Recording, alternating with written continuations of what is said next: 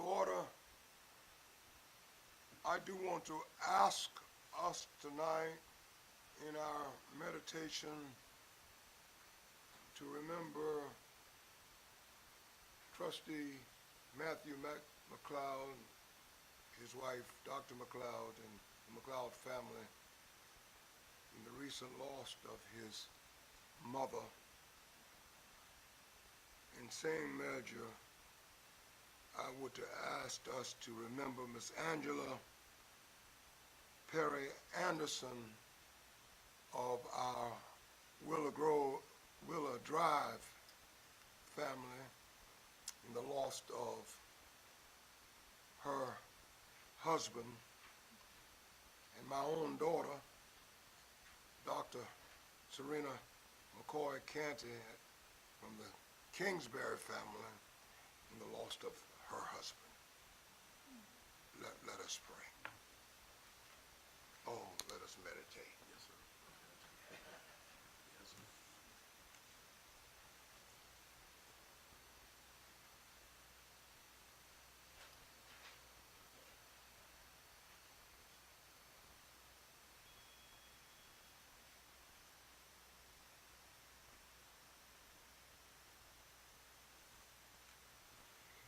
Amen.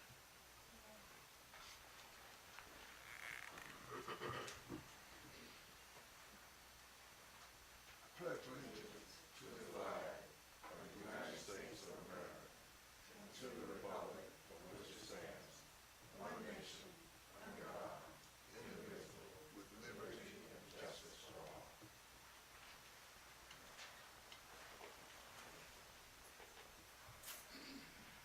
This meeting is held in accordance with the Freedom of Information Act. The news media has been notified and a copy of the agenda has been made available to the public. The meeting is open to the public, and the public is welcome to attend in person.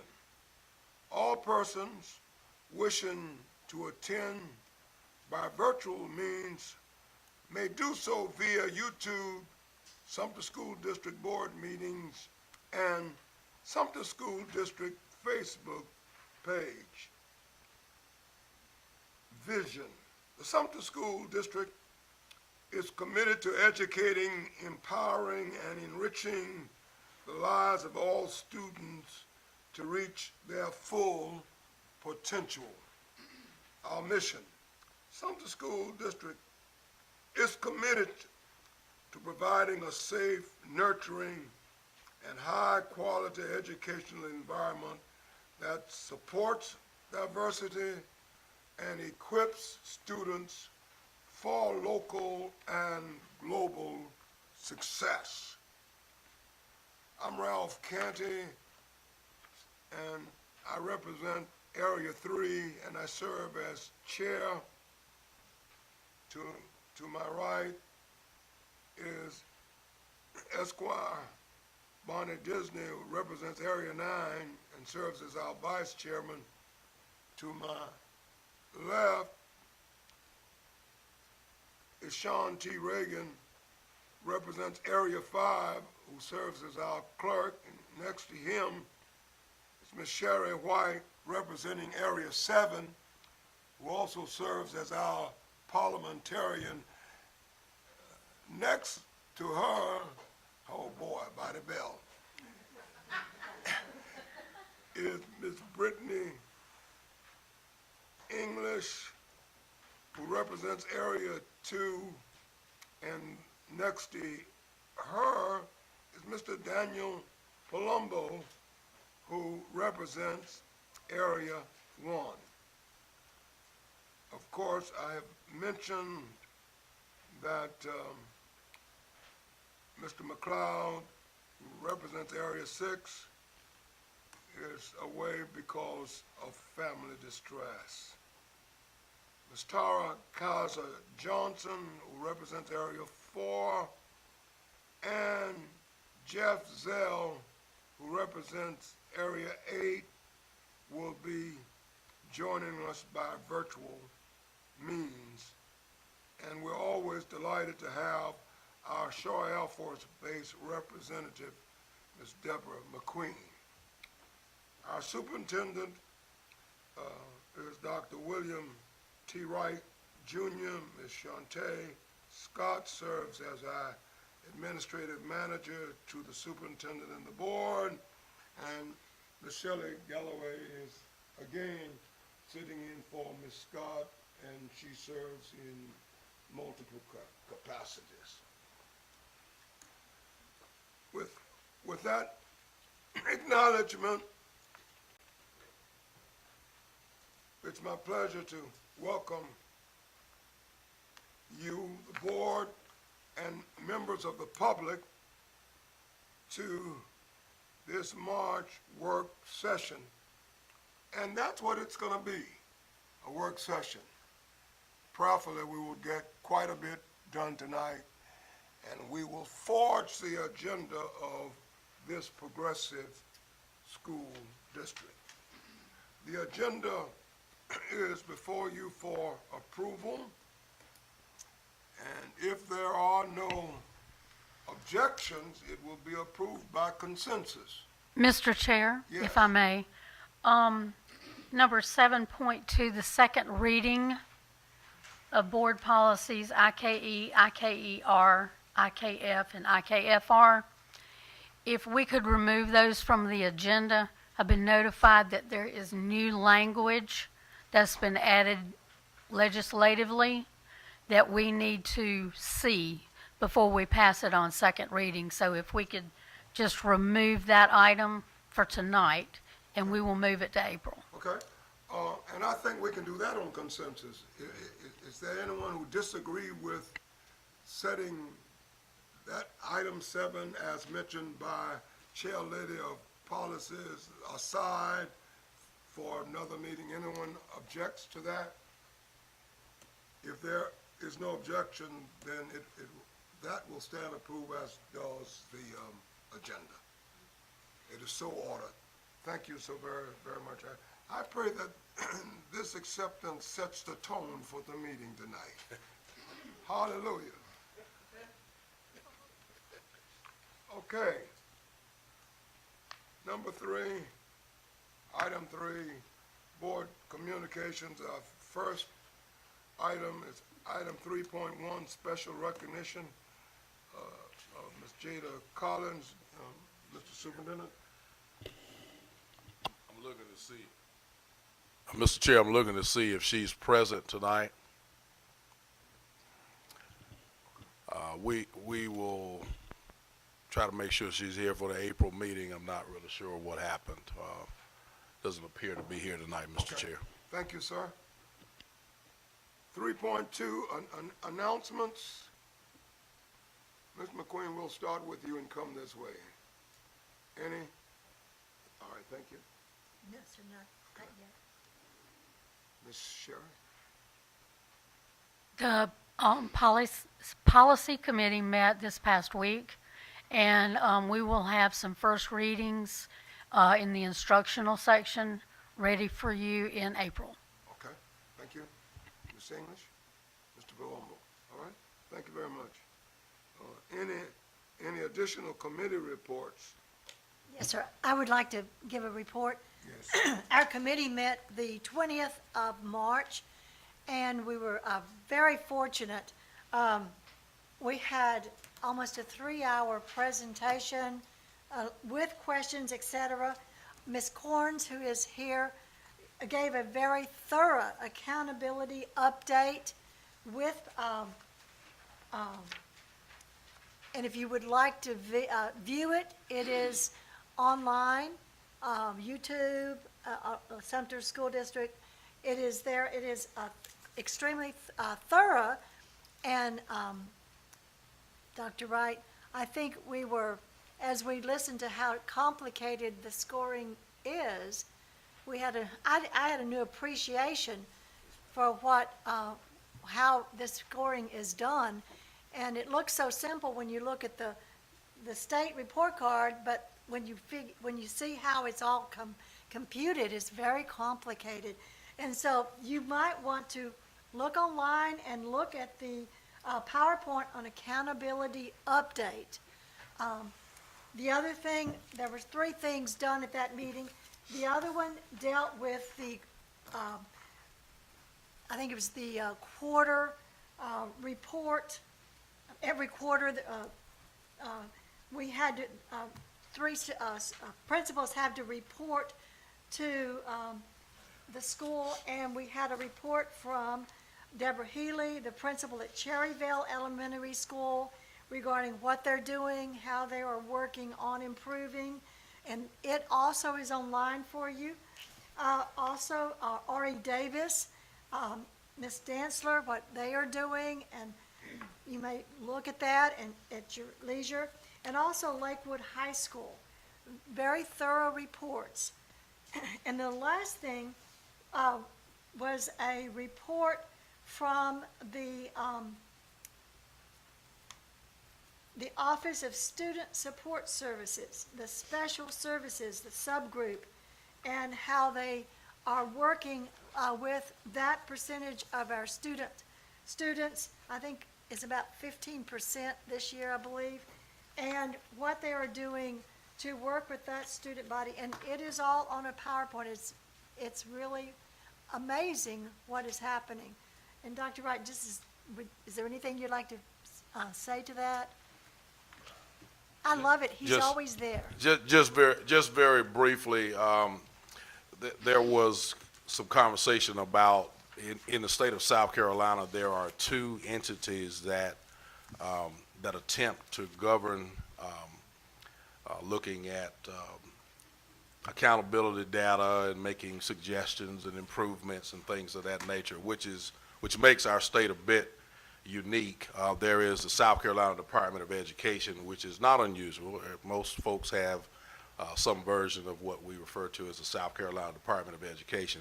But then there is also the South Carolina Education Oversight Committee, which was formed from the South Carolina Education Accountability Act of 1998. And so at times those entities agree, and at times they do not agree. And so because of that, it appears that we are going through a process and a time where accountability data and the way it is viewed and operates and so forth continues to change. So we're going to try to stay on top of it and make sure that we understand how to assess ourselves as we move forward. So And I think that's a statement I'd like to make. Thank you for always being there. Yes, ma'am. It's all of these committees are important, which of course includes curriculum and instruction. Yes, ma'am. Is that it? I think it's a little picture of it, but it's online for people who want to see it. Okay. May I ask, Madam Chairman, for a favor of a printout of the PowerPoint presentation? I will do It don't that. have to be tonight, but I will do that. I would love to Yes, have that. yes, My sight on the screen ain't that good. that's good. Okay. It's All all right. good. Anyone else would like a hard copy? All right, thank you. I bet we can get some help back there. Okay, all right, thank you. Thank you very much. Yes. Okay.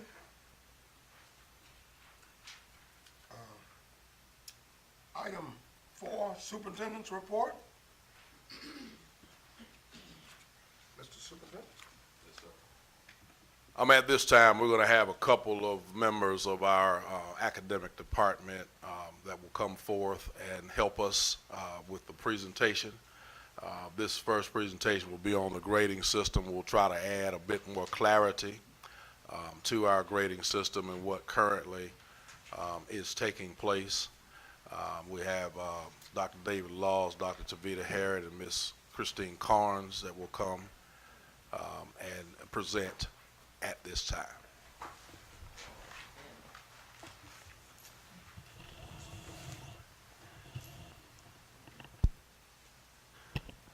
Good evening, Dr. Canty, Board Chair, Attorney Esquire Disney, Vice Chair, Superintendent, Board. I'm filling in for Dr. McLeod this evening as this group, team is going to present the information concerning the grade 7. So I'm turning it over to my colleagues as they will present this presentation. Thank you. I'm going to start tonight. We were asked to provide a timeline for the grading manual.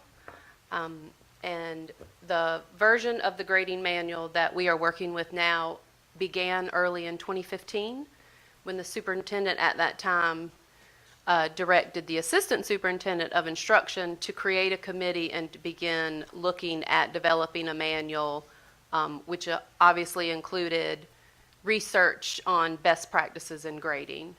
So we had committees that spanned across all grade levels that met that entire spring, coming together regularly. And we have provided you some examples with links that we're not going to click into tonight, but at your own time if you'd like to explore some of the examples of the meeting agendas and notes that were taken.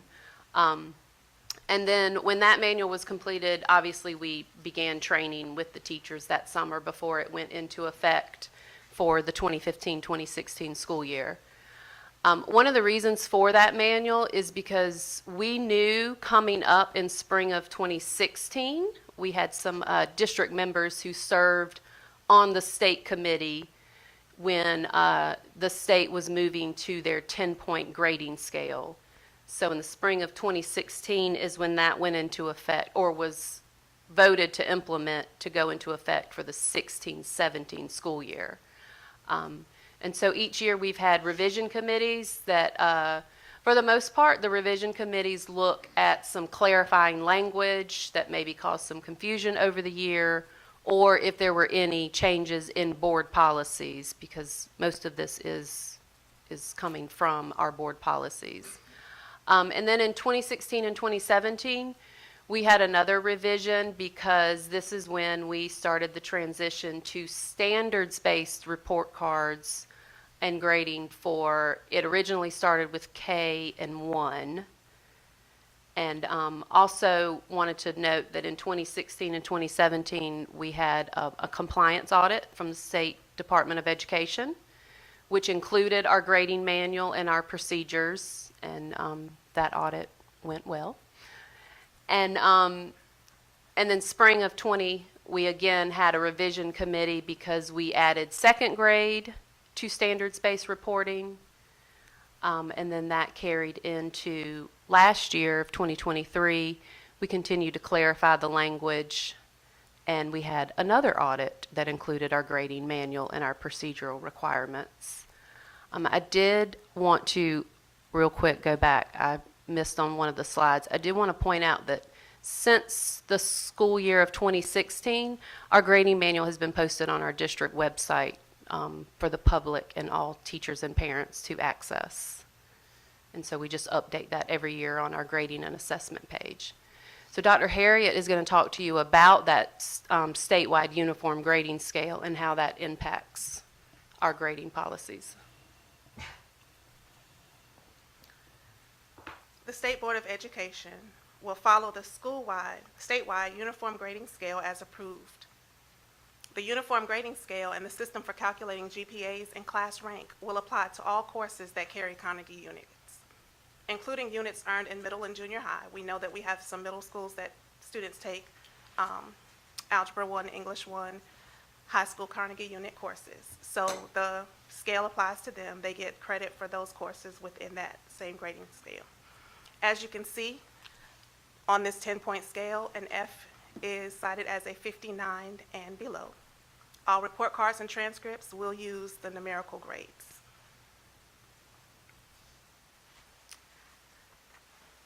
The General Assembly directed the State Board to recommend a uniform grading scale after the Life Scholarship was created. This was because, in addition to the SAT requirements, all students that qualified for the Life Scholarship had to maintain a B average, but there was no consistency across the state to determine what numerical score was equivalent to a B. Hence the creation of the uniform grading scale. As you see, for the scale, all South Carolina students, they get quality points that are assigned to the final grade given at the end of course, be it a term, semester, or year, on the following basis. As you can see, an A is 4 points, a B is 3, and so forth. Honors classes are weighted a little bit differently. If a student is in an honors class, they get a 0.5 higher weighting. An AP class and an international baccalaureate course, as well as dual enrollment courses, are weighted at an even higher rate of a 1.0. So for example, if a student is in a advanced placement class and they receive a 90, they would receive 5 points, versus a student that is in an honors class that receives a 90 at a B, they would receive the 4.5 points.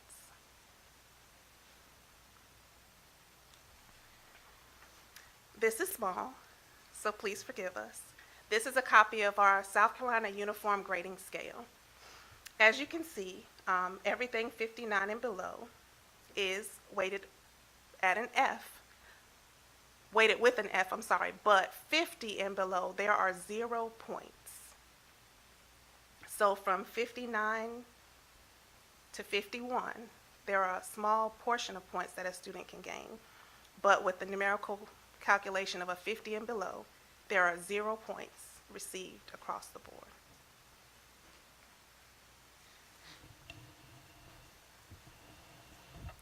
We also wanted to share our district's grading philosophy. Again, a lot of this is based off of board policies.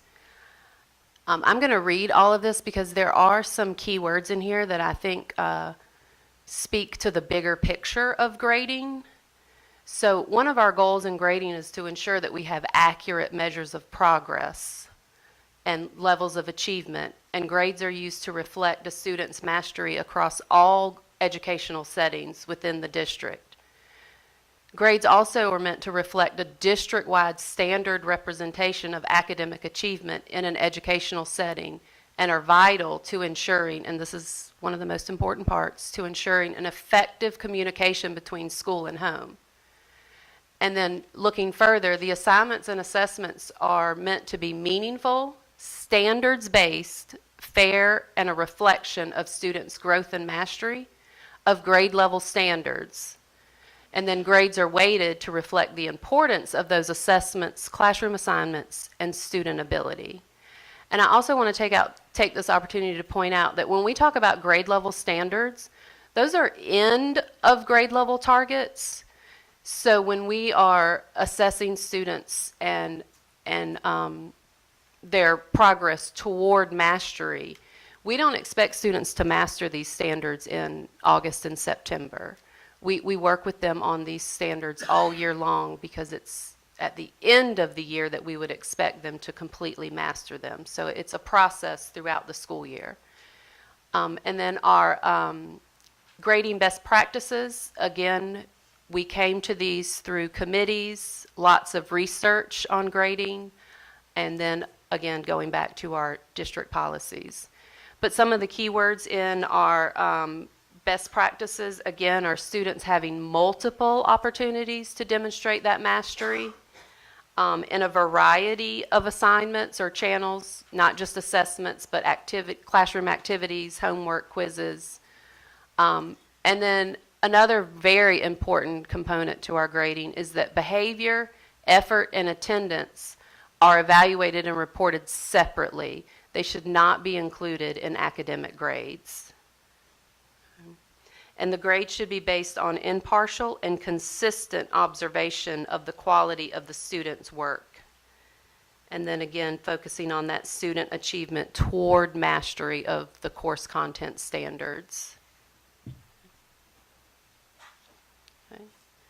And then when we look a little deeper at the effective communication and support, again, we focus on our board policies.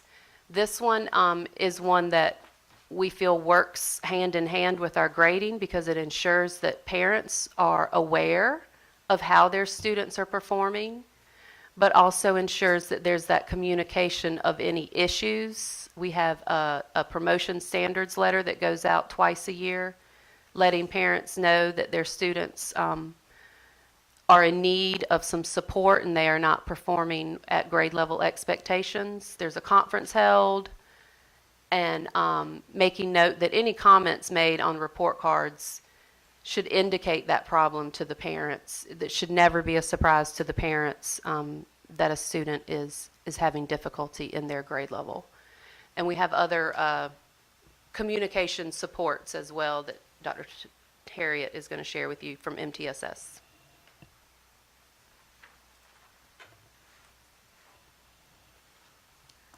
As you heard Ms. Carnes speak about multiple types of communication, here lies our MTSS multi-tiered systems of support. Throughout this process, there are different levels of communication that occur with the parents. There are different types of communication that occur with the students as well as the parents and your academic teams. So as we talk about our MTSS intervention process, this is a flow chart that we have within our manual that outlines the requirements and/or stipulations that we ask educators to do to ensure we are offering all levels of support for students, not just for academic success, but also for behavioral success. And we know in order for those two things to occur, students have to be in school for those things to happen. So again, we utilize our MTSS problem-solving model, which is a 4-step problem-solving process, to ensure we offer all levels of intervention that we have available to assist our students to continue to be academically successful. Because we know as things have changed in our educational system, the needs of the students have changed. And in doing so, we have to ensure that we continue to support them in every aspect possible as educators.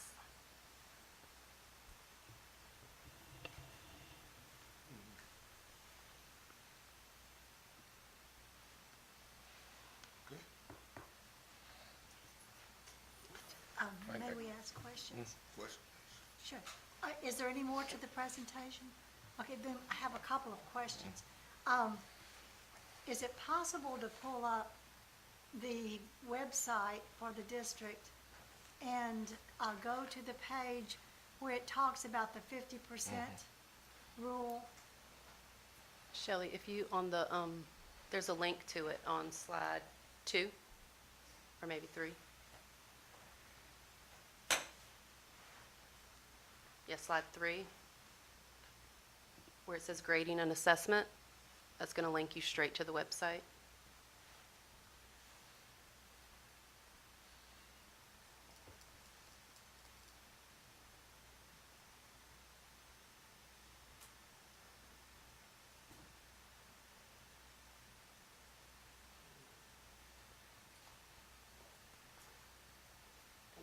It's right there, our best practices in grading.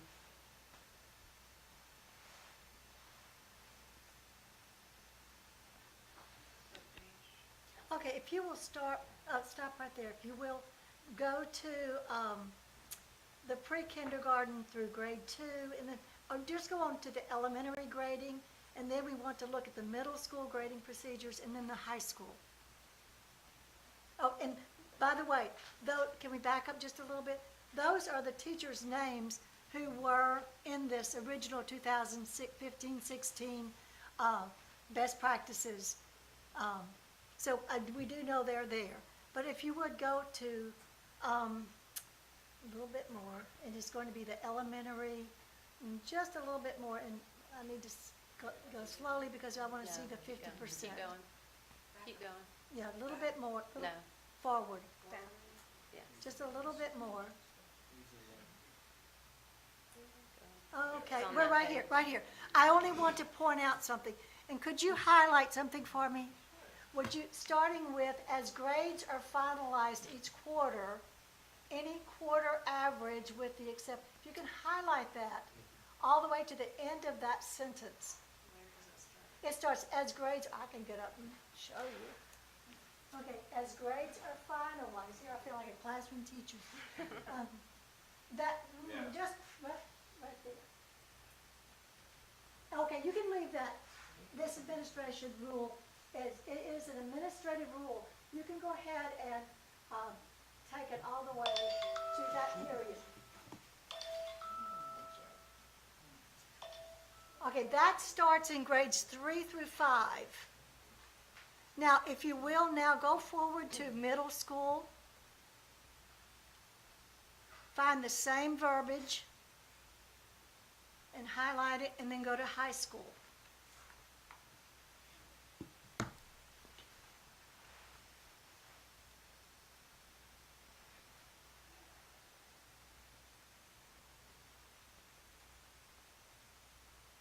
And then to high school.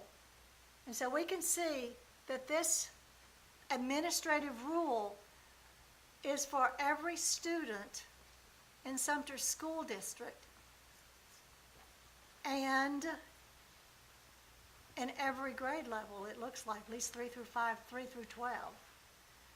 And so I think that's what we need to have a discussion, an understanding.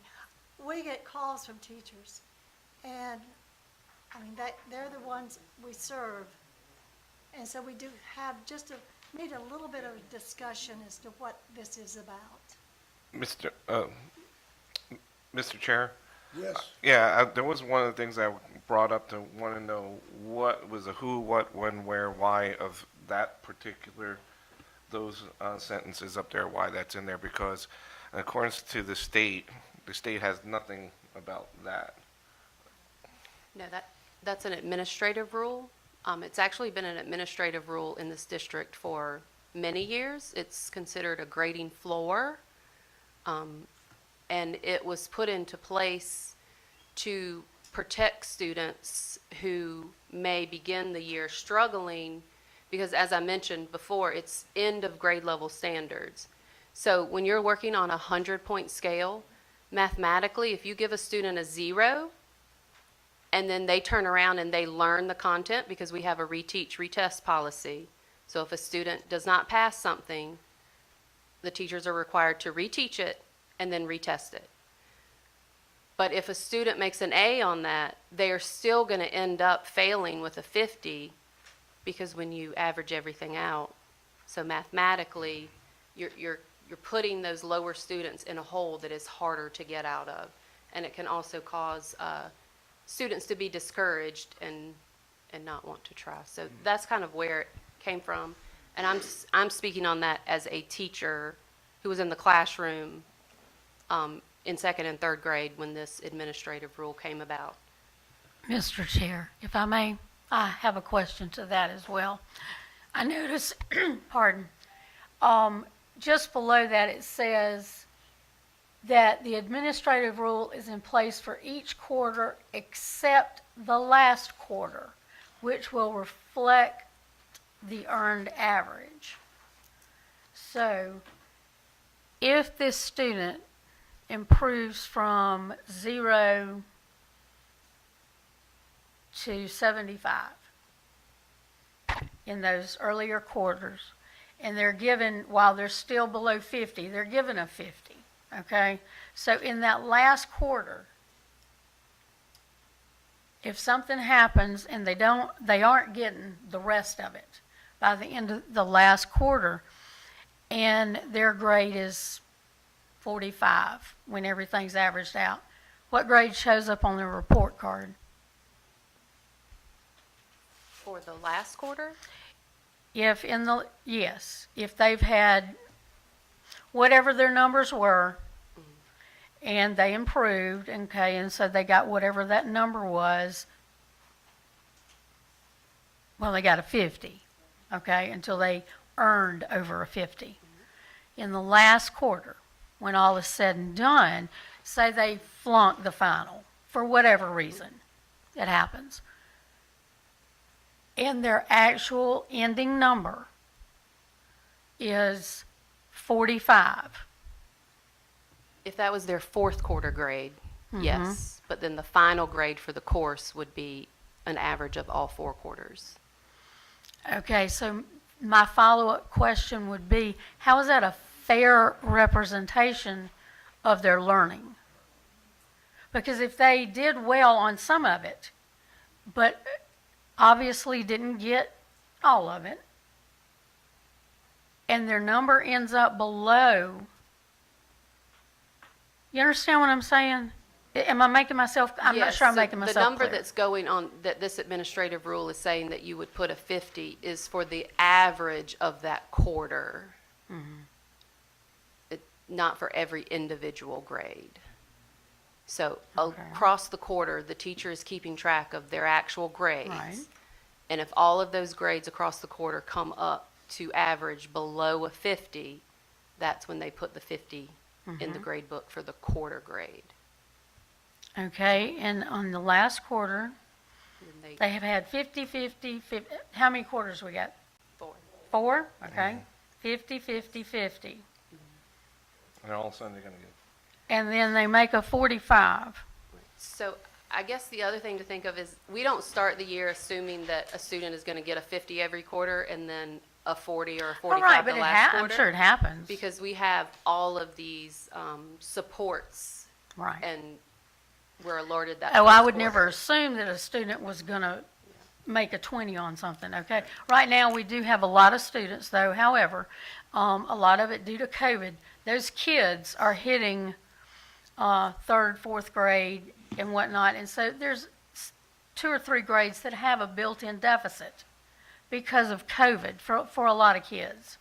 And so you're not going to assume that anybody's going to do that. I was just, for example, because is that final grade a true representation of their ability of their knowledge of, say, 6th grade math? You understand what I'm saying? Because if they ended up 50, 50, 50, and then 45, that average is still not good. So it's still going to be a failing grade. Okay. I don't want anyone to fail. I just want, if the child doesn't know it, we need to know it so that we can know But that what we 50 need to does teach alert them. us that they do Yes, not know it. exactly. Okay. So, and I guess that's the idea too. If you're failing with an 8 or failing with a 50, either way, you don't know the content. Exactly. Mr. Chair, I got a question. Yes, sir. So, we're talking about fairness.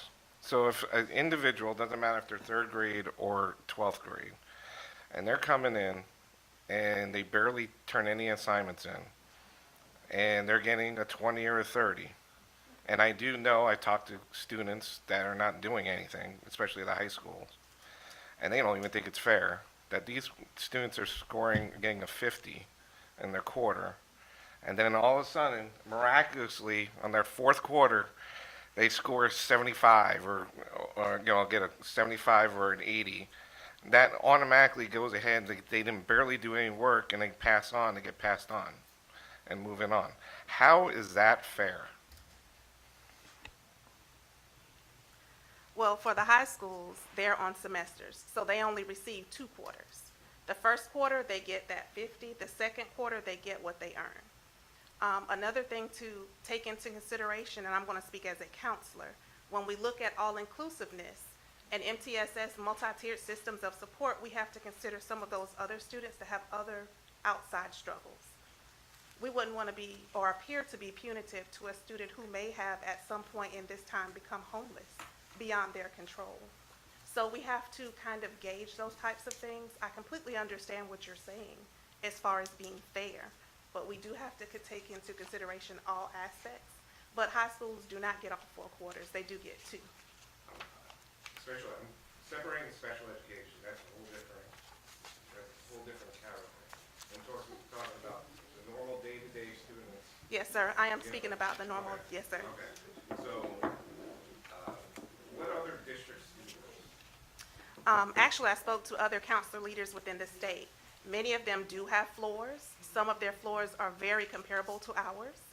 Some do not, but even in looking at the ones that do not, we have to look at the staffing that they have in the positions that are filled. We have some positions that they may not have and vice versa, but that is something definitely we can look at if need be. Well, and then also, when we talk about failure is actually a good thing. Correct? Can be. Yes. So if we're going ahead and somebody's not doing all the work and we're giving them the credit, because that's what you are, they're scoring 30 or 40%, and you are giving them 20% or whatever to make up to the 50, correct? So you're giving them credit Well, based on the uniform grading scale, a 50 is weighted the same as a 59, which is the 0 points. So they're still not getting the points. The actual, The grade the itself. grade itself. So again, as a counselor, a 50 will give a student a fighting chance, but an 8 won't. But I understand what you're saying. Yeah. So again, we do need to maybe visit, if, looking at the floor, maybe a different number, something. But again, looking at the systems of support in place for the students, we need to be inclusive because it's not the If they're special not doing the services. work, that's, so, for example, we're getting them ready for the real world, right? Correct? Yes, sir. So I'm hiring somebody and they get them to come to work for me and they only did 40% of their work. Okay? So I'm went ahead and still gonna give them paid the same as my other employee that's doing 100% of the work. So again, you're looking at equality, correct? It's fairness, Yes, sir. Equality. correct? So we're supposed to be, because you put in here, accurate measure of progress, correct? Yes, sir. So if you're accurately measuring the progress and they're only giving 20% work, they're turning in 20% work, whatever you graded, we're giving them more credit than what they deserve, correct? That's what we're doing. It's true. So if I have a job and I hire somebody, it is not right for the employee that they're doing 100% of the work and doing 100, and they're getting paid just as much as the guy that gave me only 20% of the work. So that's not right, because we're supposed to be getting, right, we're supposed to be getting our students ready for the real world, correct? Yes, sir. So how are we teaching them right now, you just barely do anything, and we're gonna give you some extra credit, but then in the real world, they get fired? So it is a administrative rule that is reviewed, our policy, every year. So I think we all want to see our students be successful. So I think that the same team that convenes every year to review it, I think we can look at that and see whether we want to lower that grade from that 50 to a 40 so that it can, not allow us to, because if it's a 40 average with a 60 that won't pass. We can look at that. We're on the same team. It's just a matter of we can adjust that administrative rule to the pleasure of the superintendent and the board. So, but this is just what it is right now. I know. Yeah. And that's So, why I'm just getting my point across, is Yeah. we're giving credit when credit's not due. yes, sir. And that's just not right. Yes, sir. And if I remember correctly, back in the 80s and 90s, we didn't have this stuff. And what is our test scores compared to our grading policy? A lot of them, as we know, they're not, they got two different stories. One, either the test is correct, or is it the teacher giving out grades?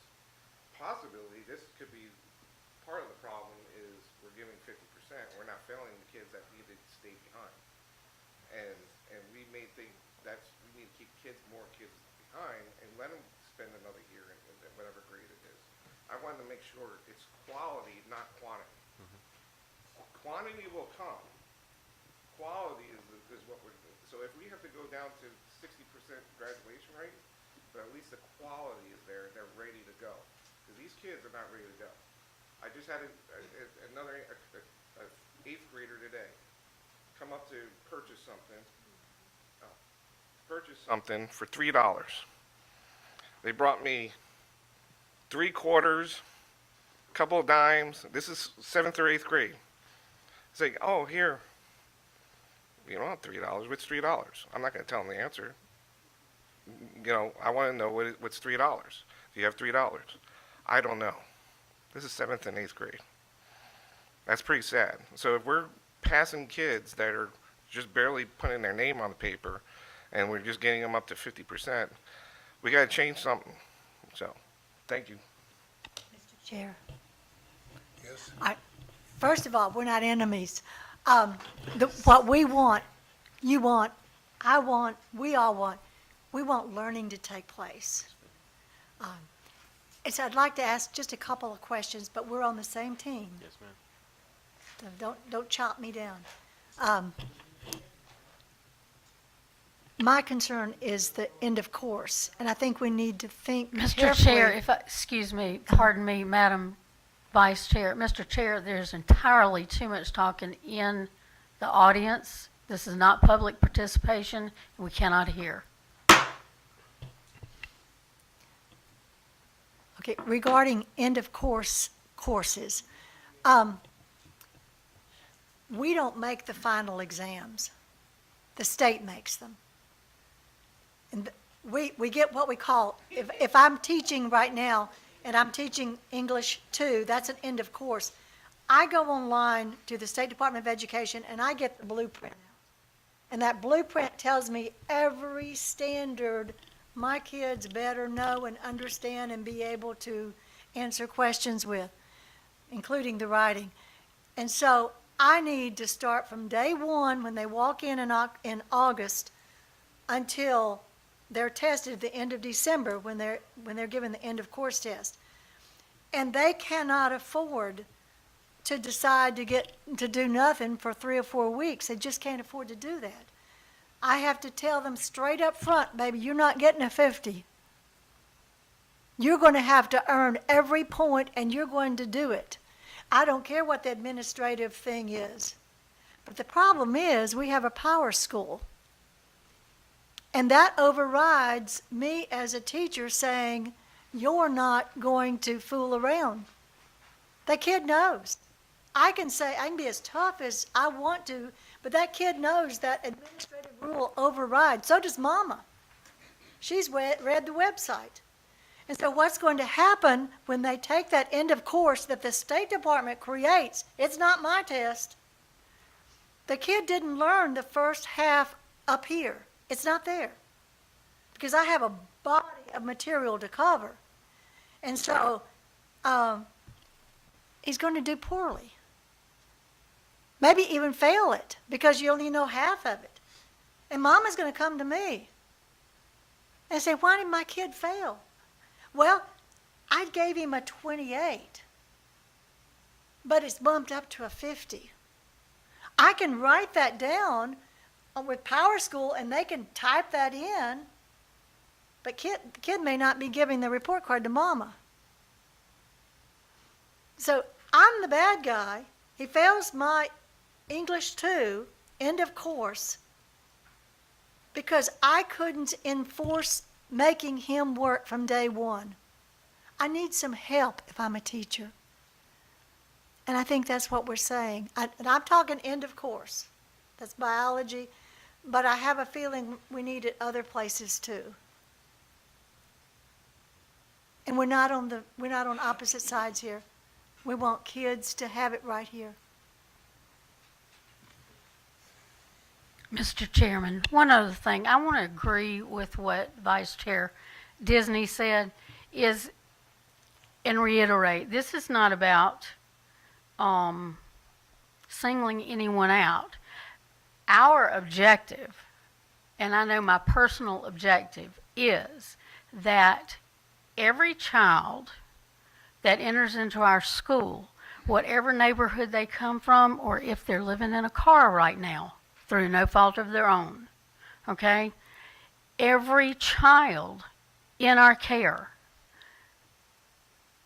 deserves and should receive an education, and when they leave us, they should be educated, okay? And so if we are placing crutches in the middle and then the standards-based tests come out and they really don't know it,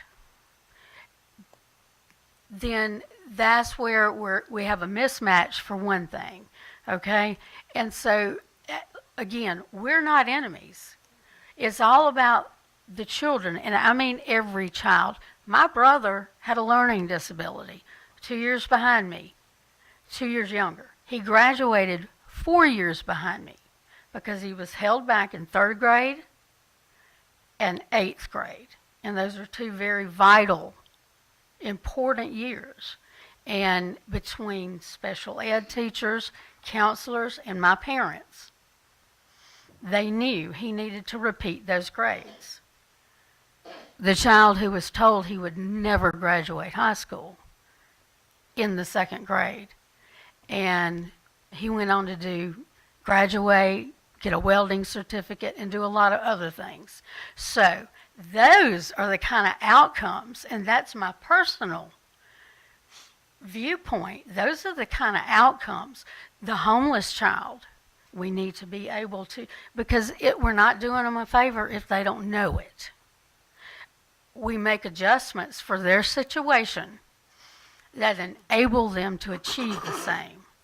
So I think that is where I'm coming from. I don't want to beat a dead horse anymore, but so you understand, this is not a us against them. This is trying to make sure, because for so many years, we've lagged along. And so we are trying to find and be able to provide you and the teacher in the classroom the right tools and the right guidance so that our product is an educated, well-rounded human being. And that's all I want to say about that. I just wanted to point out one last thing based off of what Ms. Disney said in that scenario. Whether that child had a 28 or a 50 was reported on their report card, we still know as educators that they don't know the content, and they still receive an F. So then to say that they take the EOC and they don't do well on that, well, we knew from a 28 or a 50, and that's why we have all these supports in, because when we get that first score, that alerts us to put those supports in place. So I see where y'all are coming from, that we're giving students something, but what they're getting at that 50 is still a representation of they do not know the content for that course, and then we have work to do to help them know that content. I think you just said exactly what I wanted to say. But let me preference whatever else I may say. There seems to be two attitudes here. One may be that the 50 is a reward to the student. The other is that the 50 is an incentive to the student. I want, after wrestling with this for the last 2 months now, I have concluded that the 50 represents more an incentive than a reward, and I may be absolutely correct about that. In other words, the 50 is on the gray side of life, a second chance. You've gone through a 9-week period. You have done absolutely nothing. You have failed. If you continue at this, you're gonna continue to fail. But here is a 50. Now, if you can make 100 next 9 weeks, then you got a 75. Which gives that student, in my view, some hope. Some hope. Now, it does not change a thing, in my view, for the achiever. This person struggling with a 50 is not going to be competing for any scholarships, will not be competing for salutatorian or valedictorian of class. They will not get there. But there appears to be, written into this system, some hope that the light will come off in that child's life and that they'll take off from there. Motivation. 50, 24, or 0 is still failing. 50 is not a passing grade, even if as I looked at this grade, you know, it's a failing grade. So so we are not passing students. We're not passing students who never get beyond that bar. Am I correct about that? You are correct. Okay. And I just wanted to point out that motivation and maintaining hope are the top 2 reasons in research for implementing a grade floor. Let me hit this replay button. Would you say that one more time? Because I did not hear you. I just wanted to point out, you said you were talking about motivation and maintaining hope. Those are the top 2 reasons that we found in the research for implementing a grading floor. Okay. All right. Thank you. I'm sorry.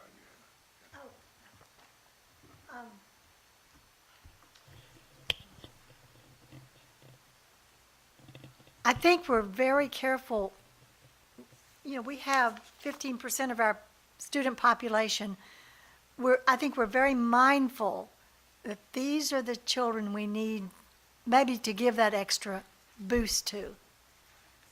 And we have a list, it's in, y'all gave it to us.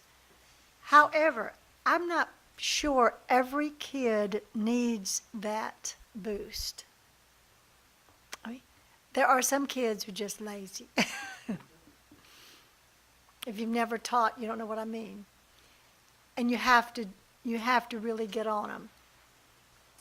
And if the power of telling them there's no giveaway grade doesn't work because the system says they get it, they're going to take advantage of it. That's just reality. That's real life. So some will. So what we're saying is, do we need to look to see, perhaps not all kids need that. And I know we have a counselor there. Can I get you to respond? You deal with this every day.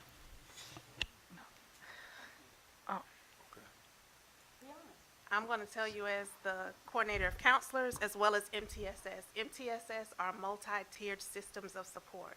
When I hear your question, I think about the students that have struggles within their homes and cannot do their homework because they may not have lights. They may be living in a van. I think about students that may not have eaten last night, or there might have been a domestic situation in their home before they came into the building. So I think, again, as we look at this in its totality, we have to be mindful from one end to the other. Question. Mr. Chair. Question. This 50% rule, is this the results of Sumter genius, or is it more prevalent other places? Is this only Sumter with this 50% rule? No, sir, this is not just Sumter, and it's not just South Carolina. It's just not. Are there other school districts in South Carolina with this 50% rule? Yes, and Are there other districts in this region with the 50% rule? Yes, sir, there are others with floors. Okay, okay. Are there districts in this country with this 50% rule? We didn't in Sumter create this rule. There was some research behind it. Would you not say that? yes, Okay, definitely. Mr. Chair. yes. Just going back to, because we're loading with Miss Disney, we're loading all these kids into one bucket. That child that you're talking about, that barely has a home, I was that child. I was the child that had nothing, literally nothing. My parents were hardly ever home. But because of failure, because I did the bare minimum, because I knew nobody was watching over me, because I come from this, I know this. I was just making sure I just had enough to pass. And that's what I did. because I had no family at home looking over my shoulder. So I get it. You got studies that tell you things, but I'm telling you, I lived it. I don't know if you lived it, but I lived it. And so I know if I knew I had this back then, back in the 80s and 90s, I would play this in a heartbeat all day long. And these kids do know about it because I've talked to them. They're like, "Oh, it's about the 50%." Yeah, they know. So they're playing. A lot of these, some of these kids are playing you. And I straight, I tell you how it is. So I get what you're saying, but these kids, and like myself, I was lazy, didn't care. I just did the bare minimum just to pass and make sure my mom didn't know about my report cards. Back then, you had to physically take it. I don't know what happened to it. Dog ate it. Uh, Kid ran off with my book bag. So these kids are smart, and they're playing you guys. And that's what I'm saying is we never had this back then, and that's why my point is just to let you know, because I was one of those kids. I think I think listening to what we are discussing, I think that we can look at the quality of the multi-tier support system, because I think we're kind of missing in the conversation is that we're not going to allow them from day 1 to day 45 to just do nothing in the classroom. That there are interventions going to be happening before they get to that 45th day in that report card. And so it's not going to wait and just let them sit with their head on the desk, go to sleep, and do zero in the classroom. Where we can look at the effectiveness of our multi-tier support to make sure that we're providing high quality interventions and communication to parents through that 45 days before they ever get to that 35 or 45 at the end of the quarter. I think if we look at the quality of the support being provided, we can head off that less than 50 at the end of the quarter. So I don't think if we look at it in detail that the 50 of itself is the critical element, even though if we choose to lower that number, that's fine. But I think more focus would be on the interventions to make sure that they don't ever waste 45 days and try to recover that. It take us a long time to recover 1 day of loss in academics. There is a question from Trustee Johnson who is virtual. Ms. Johnson, Ms. Causer, I'm sorry. Tara Causer Johnson. Tara?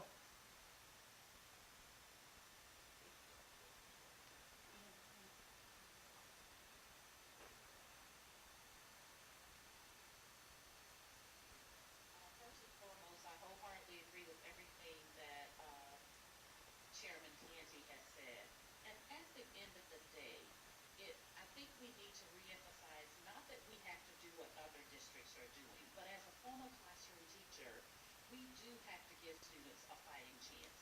At the end of the day, an F is an F. If a student fails with 50, if a student fails with 45, an F is an F. But if a student does decide to turn it around or something changes in that student's environment that leads him or her to turn the situation around, why not provide the child that education? If there are case studies across the country, not just in our district, not just in our state, not just locally, if there are case studies that says that this is something that is motivating for students, why are we, I guess, going to the extent that we are to make it look like a bad thing? This is not a bad thing.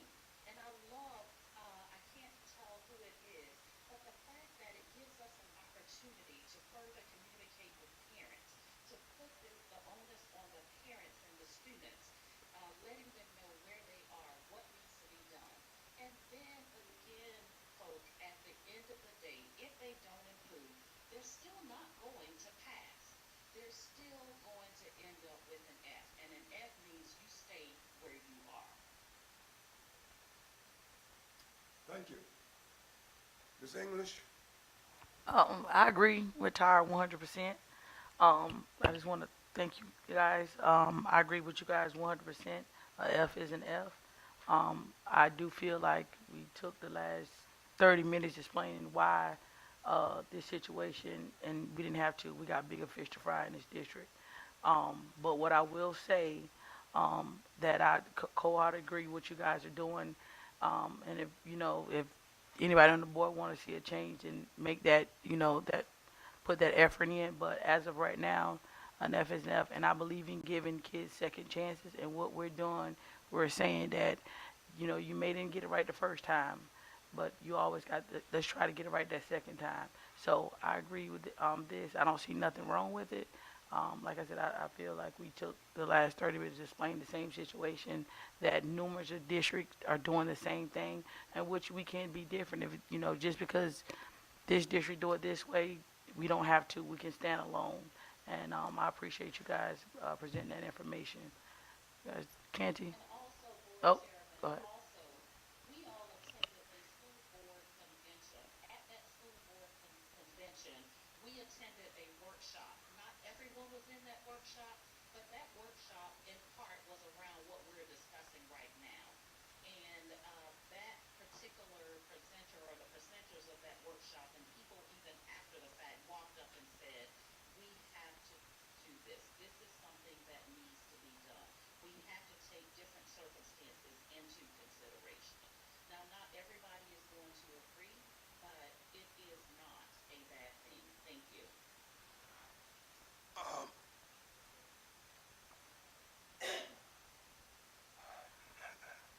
The more I ponder this issue, and I'm grateful tonight that Vice Chair Disney pointed out to us, and you did too in your oral presentation, the involvement of teachers in the creation of this policy. I understand that some of us on this board are either teachers now or former teachers, but none are in this district teaching. Maybe it's time, before we go any further with this discussion, to have a discussion with the teachers. They are the ones in the class molding our students' minds. They know what's going on where the rubber meets the road. Does it make any sense that maybe we ought to be asking teachers what's next before we even make a decision on this? It just seems to me the thing to do. We need to be co-oping with the persons in the classroom and not being preemptive in this boardroom. Any feedback on that, panel? Any response to that? We definitely include teachers in all of our committees. And as we mentioned, we have revision committees every year with some board policies changing and some legislative changes. We will be revisiting it this spring and have those discussions with teachers. Well, is it possible to, I hear what you're saying, but is it possible just to have a forum on this issue? Yes, sir. We can bring that before the teachers and get feedback to Dr. McLeod and the superintendent. I really think I'd rather see us do that first than anything else in this room. If we are going to be together on what we're doing, board and administration and teachers, then we need to be hearing what the teachers have to say. Mr. Chair, I agree. That would be helpful before the policy committee addresses that particular policy.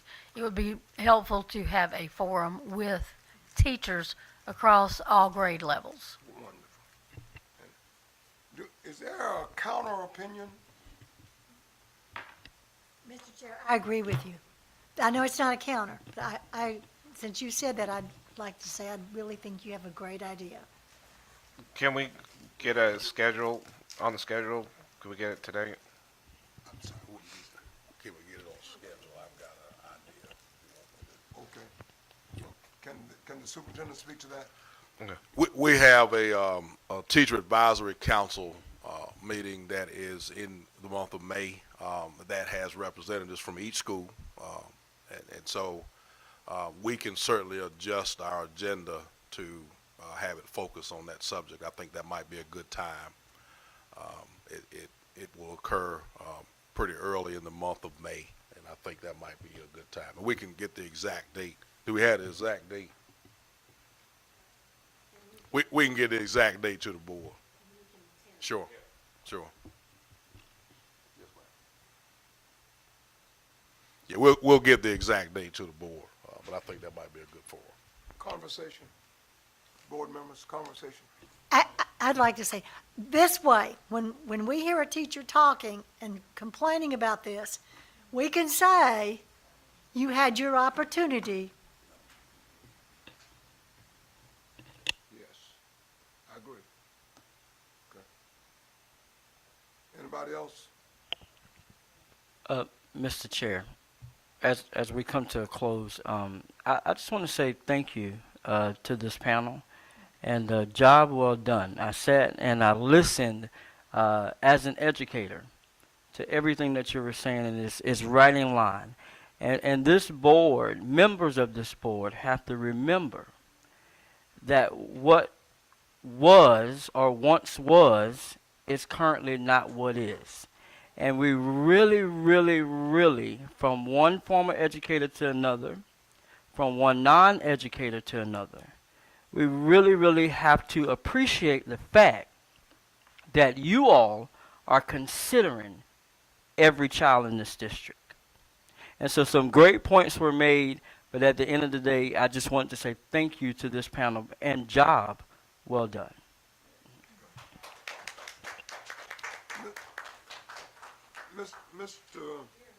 Mr. Superintendent, Yes, sir. Yes, sir. this is no light matter. Right. And I really think that moving beyond tonight, there ought to be some very positive initiative taken to involve teachers and their opinions before that May meeting. They need to be keenly aware of what the issue is, and they need to have some process so they can feed their input into their representative from each school. Okay. This needs to be very formalized, and it cannot just be pushed under the table and put on an agenda without any processing between now and then. It needs to be seriously and critically processed. Yes, sir. Okay, we'll make that happen, Mr. Chair. Yes, sir. All right. Yes, sir. And again, as Dr. Reagan has said, thank you all so very much for a wonderful presentation. Thank you very much, okay? I think we made some headway tonight.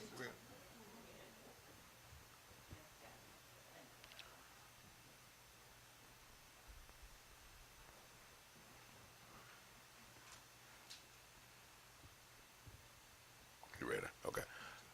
Mr. Chair, members of the Board of Trustees, with your permission, we're going to move on to item 4.2.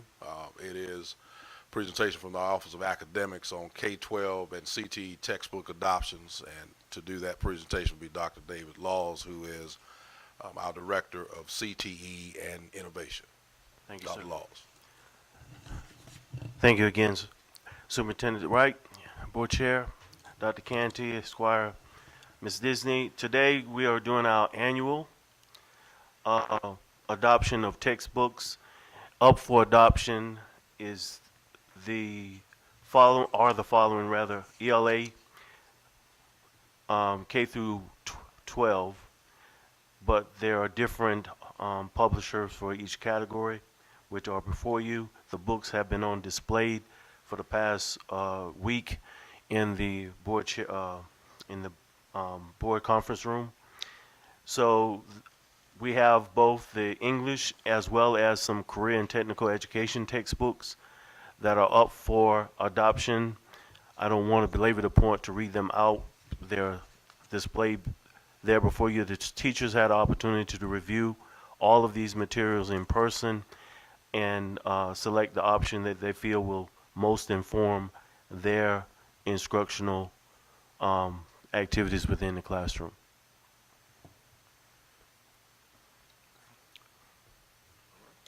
Chair. Yes. As you probably know, I was asked to come and look at them. Ms. Corns was there, and we had some discussions. I looked at the ELA, the McGraw-Hill for the K through 5th, and the Houghton Mifflin from the high school, which I'm not surprised. I did not look at the Kate, though. I suspect that somebody else with that degree needed to do that. But I believe you're all set with the ELA part. Thank you. All right. Any other questions, comments?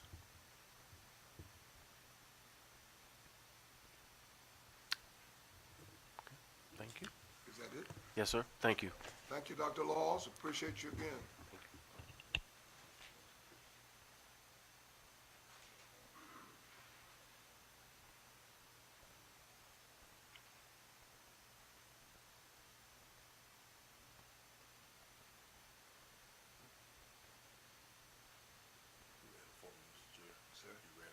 Yes, sir. Mr. Chair, members of the board, at this point, we will have items 4.3 and 4.4. 4.3 is general fund revenue and expenditure report for the current time frame, fiscal year 2024 February report, and then we will have also a budget timeline that we will be presenting to you all at this time. Mrs. Shatika Spearman, our CFO, will lead that presentation, those presentations.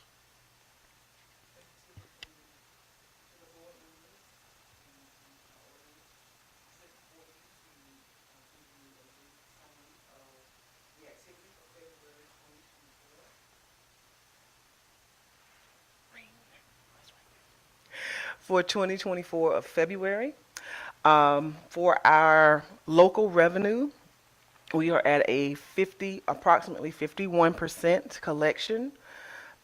We've had some items that are not budgeted that we've received, as those have been noted, such as rentals at schools, various reimbursements from prior year expenditures, insurance settlements, and telephone rebates and virtual check rebates that we get for submitting via a certain payment method.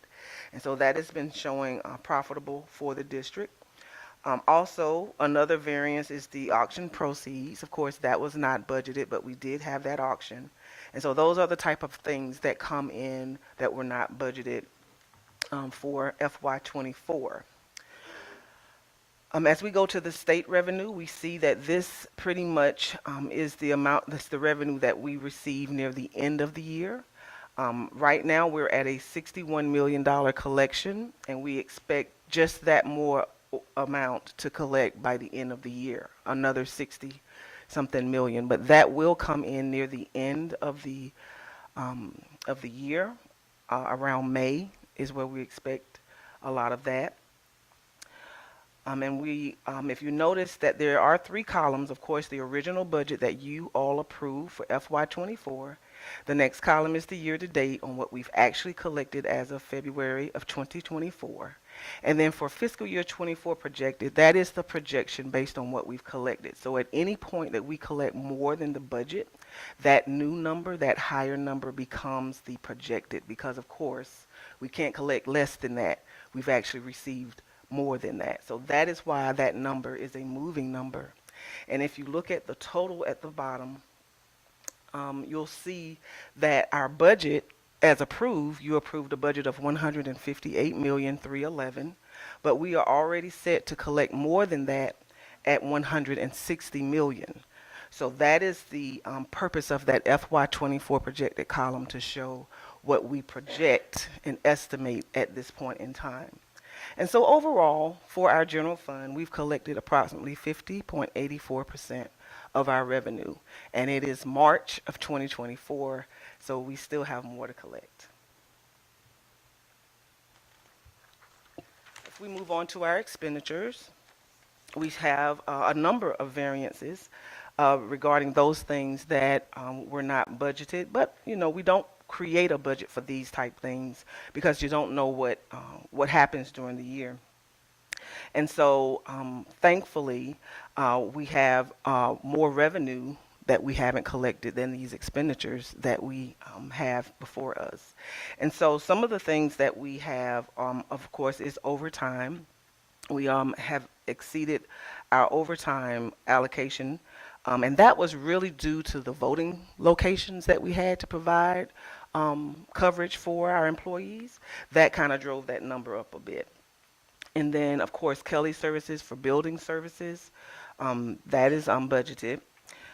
Payment of our insurance, of any insurance premiums or anything that we do for insurance, when events happen, when we have to pay claims, of course, that is definitely something that's not budgeted, that we can't budget.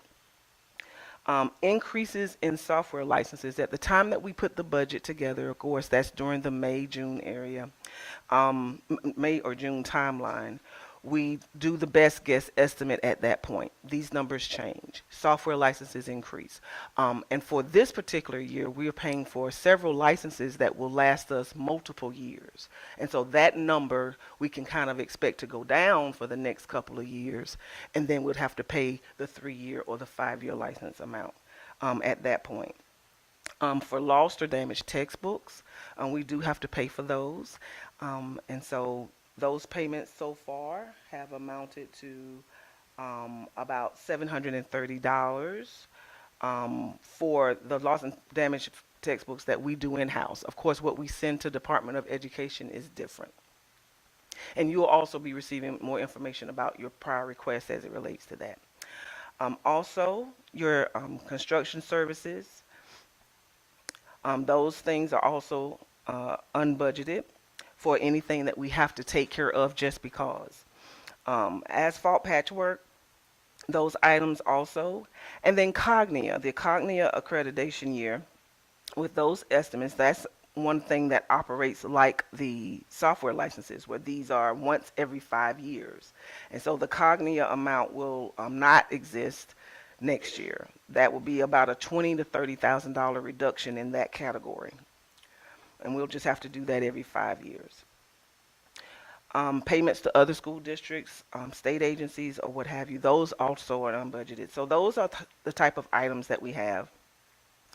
To date, we've spent approximately $84 million in expenditures, and we're getting closer to being neck and neck with our collected revenue. We're shy of it about by $5 million, but again, because of that revenue we haven't collected, it is set to come to us. And so we're now at a 53.8% spend. And so if we were to stop all operations today, if you recall, our beginning fund balance was $51,400,000. We would be sitting at a fund balance if we received all of our projected revenue and the projected expenditures panned out. We would have a fund balance of $53,300,000. So this is your activity for February 2024 for the general fund. Mr. Oh, I got a question. Yes, ma'am. Just for the record, I just want to know, how long would it take for you to get a budget of any account that we request for? How long, once you know that we need that, once you're informed that we need a budget, how long would it take you to provide that?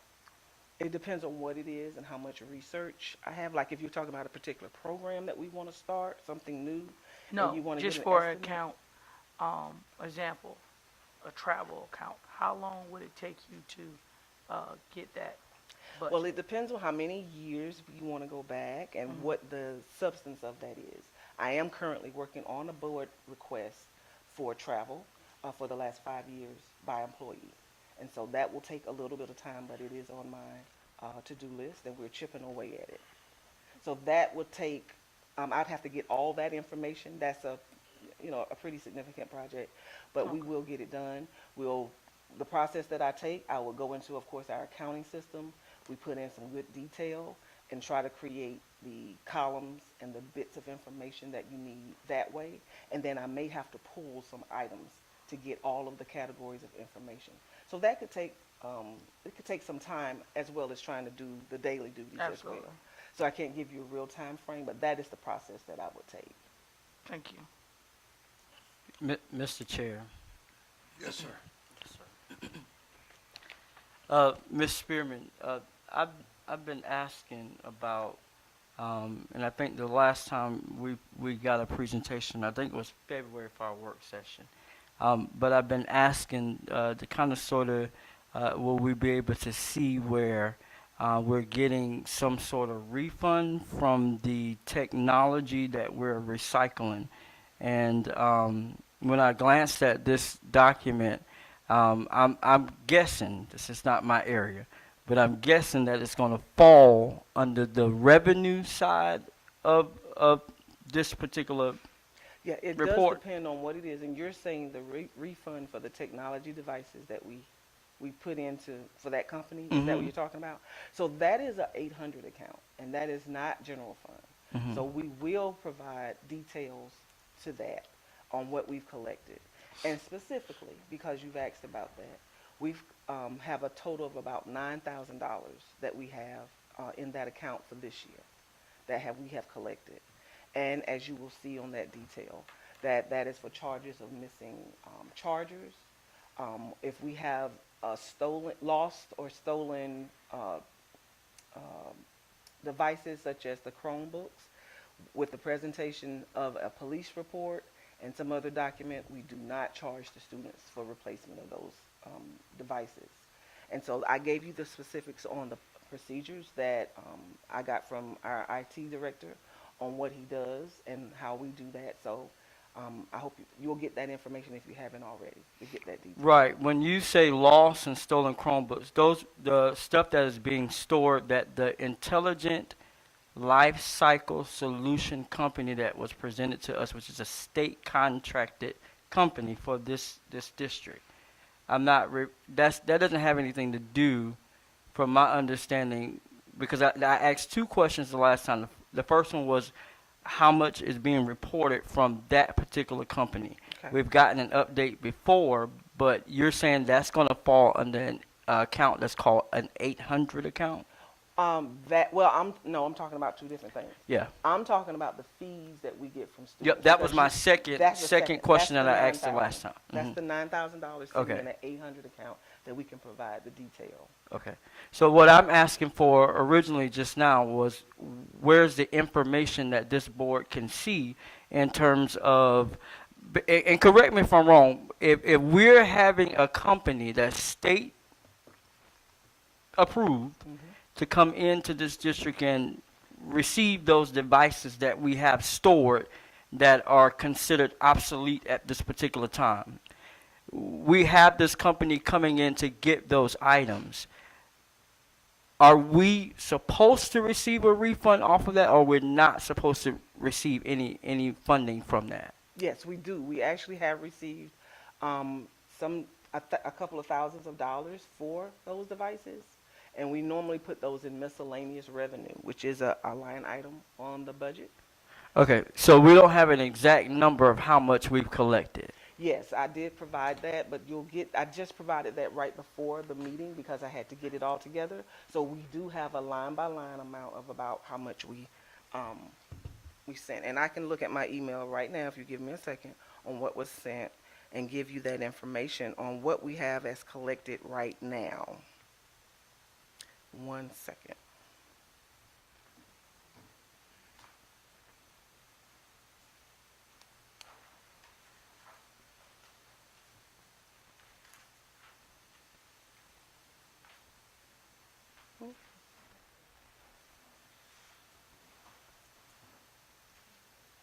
Okay. Amount received. They come in via wire transfer. We're at $3,003.56. That comes from pickup dates from September of 2023 through through October. We have an amount due of less than $1,000 for the November and December pickups. And so that last pickup was on 12/11.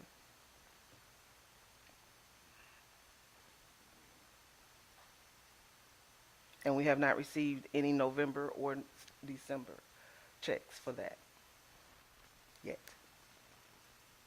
They come to you, the superintendent. Who the check written to? The district? Is it coming in Yes, the to mail? the You said it's a wired, so it's coming through That's to the correct. district through the account. Yes, sir. No, not the superintendent. He's not pocketing it, no. No, man. I hope No, nobody ain't I'll pocketing make sure it. that. Oh, Okay. The aforementioned documents that she's talking about, it was just sent to me, so you Yep. all will have that in short order. I just have them in an email sent to me at 5:30 this afternoon, so we'll get them to you. Mr. When I Chair. hit the submit button. Okay. Mr. Chair, I have one quick I hope it's a quick question. Question's quick, the answer I don't know. The $9,000 that you mentioned that is in the 800 account, which we don't generally see. And that is from Lost and, or tell me what that is and how will that money then be used, because it's not Very good. here. Very good. So, and that's $9,000, and that number I feel like probably will go up some. So, can you explain that to me? Well, we also did include what we charge our students for, and a lot of it is the chargers. Like he did say that the chargers to these devices, they simply lose those. So what we do, we buy more of those so that we'll have them. So they buy other technological supplies is what that money is It being feeds used for. itself. It feeds itself. It's got to be self-supporting. Self-supporting. Yes. Thank Mr. Chair, Yes, sir. and you may not know this question, maybe the superintendent. When's the next computer hall to get rid of all the computers out of Maywood? So you're talking about a surplus sell-off, pretty much. No, the computer, like Pickup, the another pickup. pickup? right. Yeah, Is the there a pallets- schedule? The that they pallets come- and pallets and pallets and pallets and pallets of laptops that are in Maywood. I can Right. refer to Okay. RP. Oh, okay. You know what they Oh. Okay. Okay, hold on. Come up, Mr. Jones. Yep, I do have that. Hold on. Right here.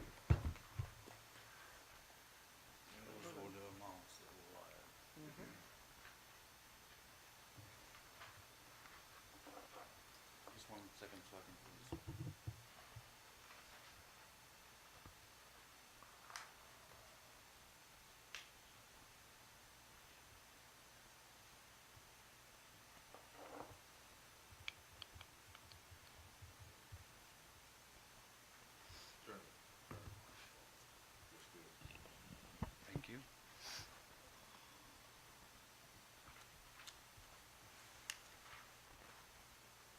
So we had in February, good evening. In February, we had 26, 27, 28. In March, 11, 12, 13. 25, still in March, 25, 26, 27. They were here today. Then in April, we have 8, 9, 10. 22, 23, 24. In May, we have 6, 7, 8, 13, 14, and 15. In total, 21 days that we scheduled. However, they had a no-show. Something happened with the truck on the March 11, 12, and 13. So they came only one day because the truck broke down. So Since you're up here, how many people is involved with that process? Is a company? I know when I researched the company online, it's a legit company, but how many people are they sending out here to handle that? Great question. Typically, they come 2 or 3, depending on how many things they have scheduled for that day, and they fill up a Penske truck, or if they have time, and there are some days when they leave at 12 because they have another pickup schedule somewhere else. So it depends really on the company schedule. To Mr. Palumbo's question, is there one of those days specified for Maywood? Do you have specific locations they will be going to on those days? These were all scheduled for Maywood, but we have schools. All of these days all are of for these Maywood? were for Maywood, Okay. yes. Thank you. Mr. Chair, just on the question, so after we get all these added here, what is your plan on routine throughout the years to make sure you get them scheduled where a future, so we don't have all these laptops show up and we don't have to worry about storing them because they're automatically gone. So what is your plan on the future? How are you gonna make sure this never happens again? Great question. Actually, we did have a discussion with the company, and we already notified all the schools to find a location at their school where they centrally store the equipment that it's obsolete, so we can start picking it up directly from the school in the future. Yeah. So we created a spreadsheet with room numbers. We informed principals that we're making this change, and the plan is in place. We're going to start scheduling soon some days from the schools. I already had 2 requests from the schools that came that they're ready for pickup. So I'm going to reach out shortly to schedule those days and put them on the calendar.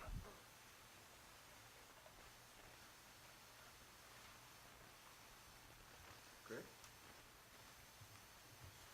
Tara?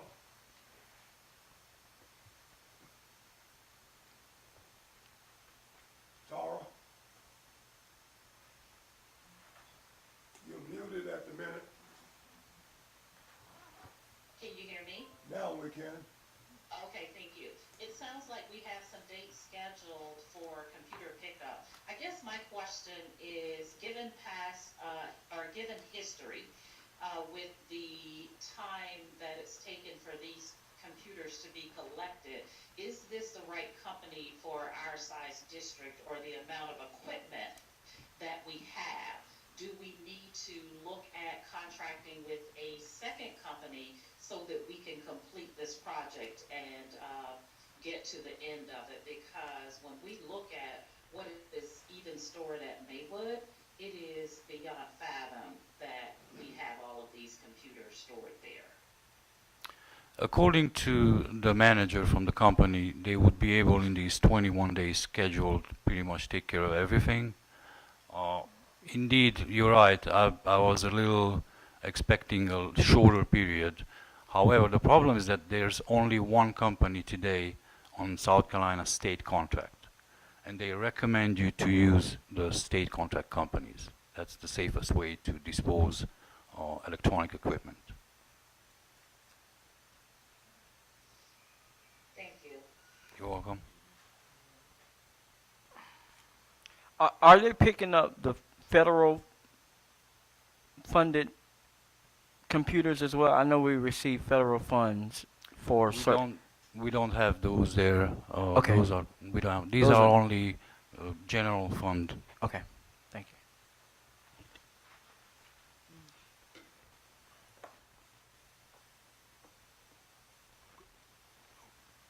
Okay. Ms. Spellman, I have a question for you on another subject, and I'm wrestling because I don't know where to start. I'm gonna be honest with you, okay? So, if it's deemed an inappropriate question at this point, that's fine. We can talk about it another time. But I have a growing anxiety because I keep hearing that across the district, from the district office to the local school campuses, across all that we do, that we may have attendance fraud going on, and that's a heavy word. And if that's so, it does have an impact on our finances. Because if you have people who do not come to work and do not get docketed for not coming to work, then they still have those days there that we are liable for. Is there any system that you know of, or HR and Dr. Gamble, I know it's too early to be asking you this question. This is absolutely too early, so, you know, not, and, Yes, sir. but it's a question I think we need to be asking. Is there any monitoring system in place? Is there any way to audit what's occurring across the district when people hang out and don't come to school? And I understand that there are numbers of them who do it kind of consistently. And it is also believed that these folks still have all of their time. Now, there's something immoral and illegitimate about that. And it does have a cost factor for the district. So, I'm not asking you to answer the question now. Maybe I'm just putting it on the table. But somewhere between the administration and at these three levels, I think this is something we need to look at. And if we do not have a monitoring system in place, then it's something I think we should consider, okay? So I'm not going to ask you to answer. I'm just going to leave it there. Is that all right? Is that fair? That's very fair. I got it on the table Yes, you do. for you all to wrestle with, and maybe in another setting you can respond to us, okay? Absolutely. You are HR. After Dr. Gamble has some more time, give us some more time, and you as well. Yes, sir. Because I think it is an issue that needs to be, it creates a morale issue for those who are faithful in this classroom, knowing that there are folk out and hearing that they're out without being charged for being out. Okay. It's a moral issue, it creates a morale problem, and it's also an economic issue for the district. Yes, sir. All right? Thank you so very much. And if it's okay, I'll move on to 4.4. Yes, ma'am. 4.4 for the budget timeline. As you all know, it is that time of the year where we will begin putting together the FY25 budget. And we've done some significant work already as it relates to this. We have met with all of the schools, and they've all had an input to it. What we also have done is we're using that as the basis for how we operate. The data that they've put into these budget templates on the things that they need for their schools, we're working to make it an active, livable document. And so some information, we hope, the superintendent is definitely on board with this, that we'll be giving you status updates on those items, because I think that those items that they present in those meetings are the top items. So we will be working together across the entire leadership for all the areas that are responsible for the schools, whether it's finance, whether it's operations, whether it's IT, whatever the needs are. We are making a livable, breathable document that we will update. And all hands on deck as it relates to it.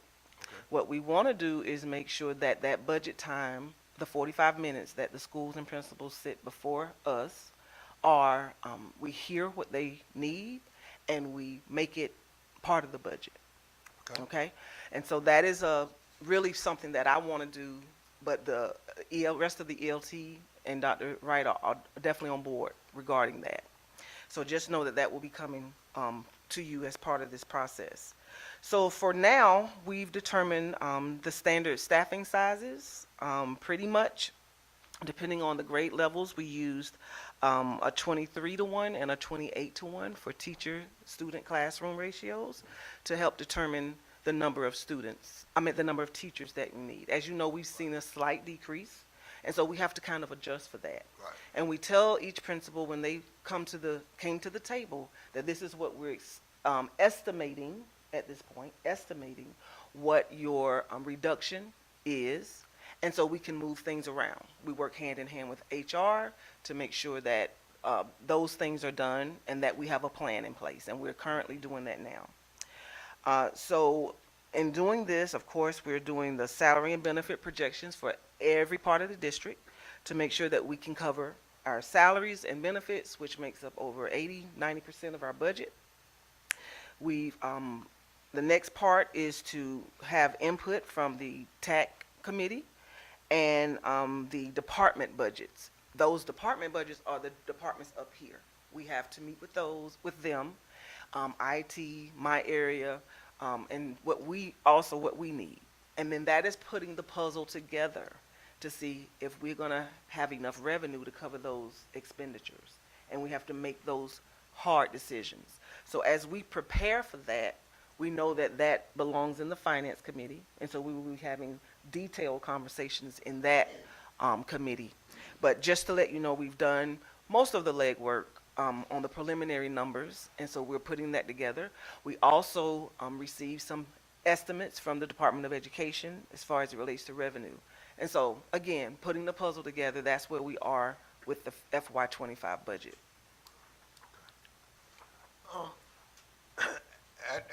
At some point, Ms. Spelman, will we be able to see the actual impact of the student population reduction on the budget?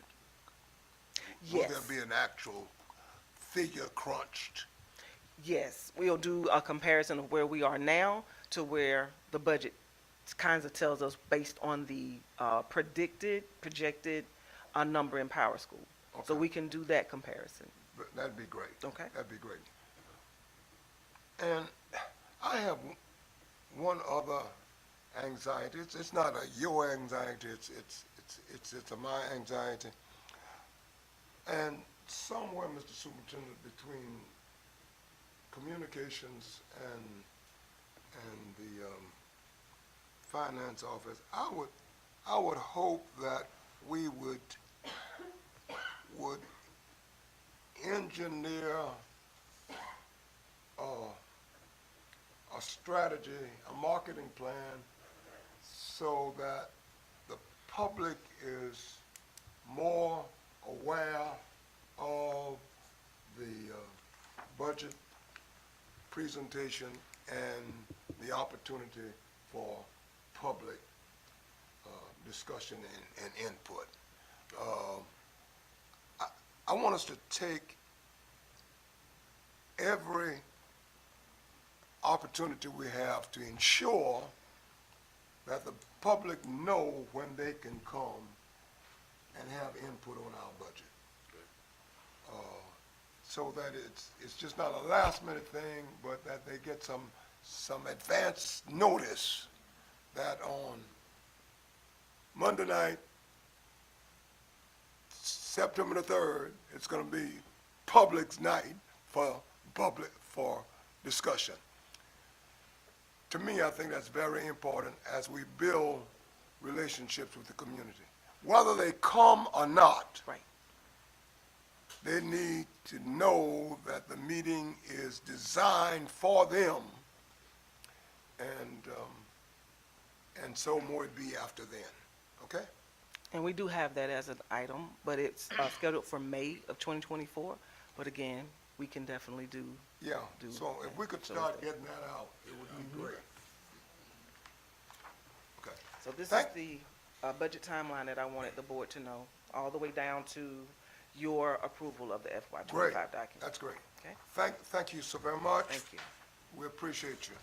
Thank you. Oh, I'm sorry. Did anyone else have a question for Ms. Spelman? I'm sorry. Thank you, ma'am. Thank you. All right, Mr. Superintendent. I think that's all under my report for tonight. That's all on my report. Okay. Yes, sir. All right. That concludes the superintendent's report for March 25th, 2024. All right. Mr. Chair, I would like a personal point of privilege. Okay. All right. What is your point?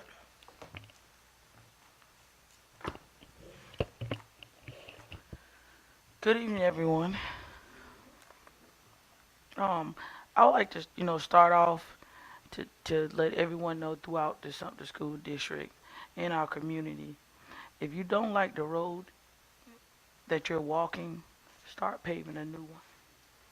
Because I plan to do that throughout this district.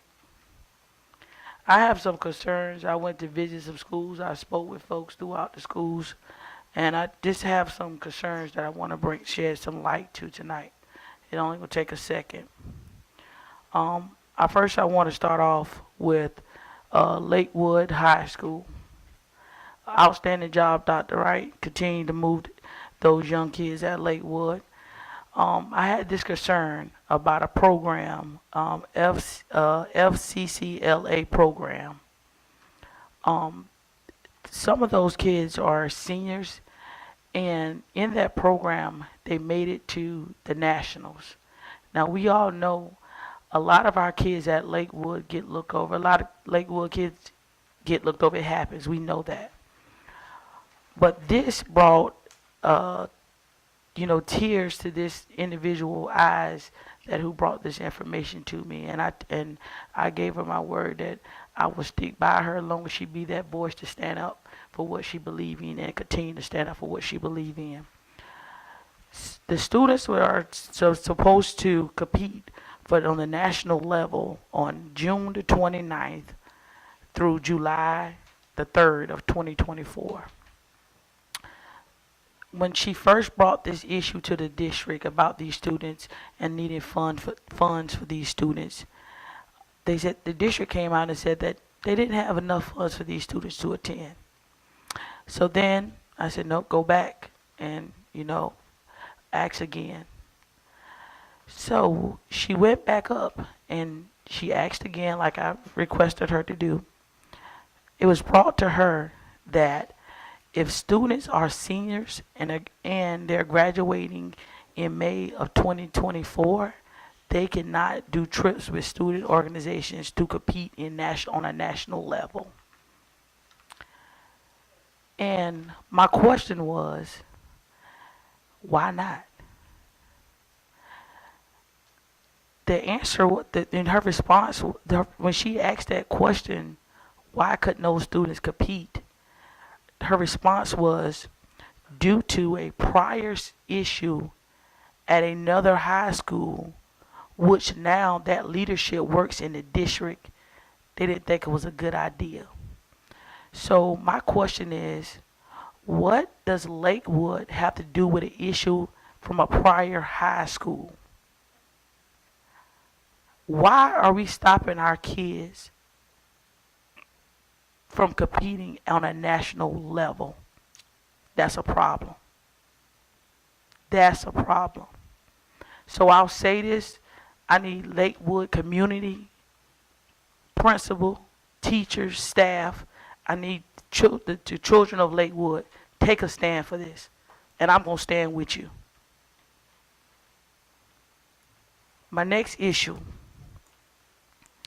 at Ebenezer Middle School, I need you guys to take that stand as well. I understand that the children at Ebenezer, some of the staff, are not getting treated fair, are being mistreated. And it all comes about to leadership. But understand that I will stand with you, but I need you to take that stand. I am tired of hearing how you guys are being treated. I am tired. I am tired of hearing that you guys are scared to speak out because the outcome of it. Speak. Speak. If you want to make that difference, speak. I got you. And understand, I said this previous, I'm not afraid to eat alone. But I will stand with you to make this difference. My other issue is I visit Sassy, known as the former Brewington. I visit that school, and I was, it was insane how those kids are in those classrooms and what's going on. How, like, you're not helping those kids. The kids are not getting help. They're going back to school. They're behaving for those 45 days and returning to school doing the same thing they did before they left. And it's more so, it's not the staff that's not doing it, it's the support that they're not getting. Where those kids are located, they don't even have a gym. They can't even take those kids outside to get fresh air, so you're sitting in a classroom for 8 hours. Then, when I got there, it was exactly about 9:30ish, and I'm saying, wait a minute, what's going? Where that bus is coming from? The bus is just bringing the kids there at 9:35. 9:35. But again, a couple weeks ago, maybe a month ago, they sat here and put a slideshow together of what they're planning and how things are working and how many bus drivers we recruit. Are we really recruiting these bus drivers? Are these individuals really doing their job through this district? Are these individuals being held accountable for these issues that's going on through this district? We still have staff getting mistreated. In fact, I said that I wouldn't bring this matter up, but I just want to shed some light on what things that I'm dealing with, that I'm fighting for. I had a young lady come to me and said this, said she was receiving an offer for a new position. And she received this offer ever since January the 6th. It was now March. They called her back and said, you can do 4 days at your current position and 1 day in your new position, and you'll want to pay for that new position. So you're doing 2 jobs for 1 salary. She said no. And you know what they did? They made her sit there until I opened my mouth and said, if she don't move, then I'll go public about it. And you know what happened? They called this young lady on Monday and told her to report Tuesday. It shouldn't take me have to stand for these individuals like this, for individuals to fix these problems. I am tired. I'm not going to address, that's not my job to address nobody in the district. That's not my job at all. But my job is to hold the leadership accountability of these issues. And I'm going to go ahead and say this too, because I felt that I was being challenged at one point in time about Hillcrest Middle School. I said to you guys before in the board meeting, I said that the bathrooms was awful.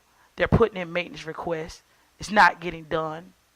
I got a response back that no one was aware of there was a plumbing issue since September 2023. Well, I was giving them a little break because I personally went back out to the school when I felt challenged, and I got the maintenance request. I have maintenance requests since August of 2023.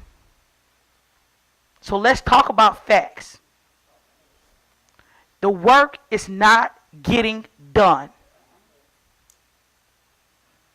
So by me saying this, I need everybody in this district, if you're having an issue, please speak up. Be that voice.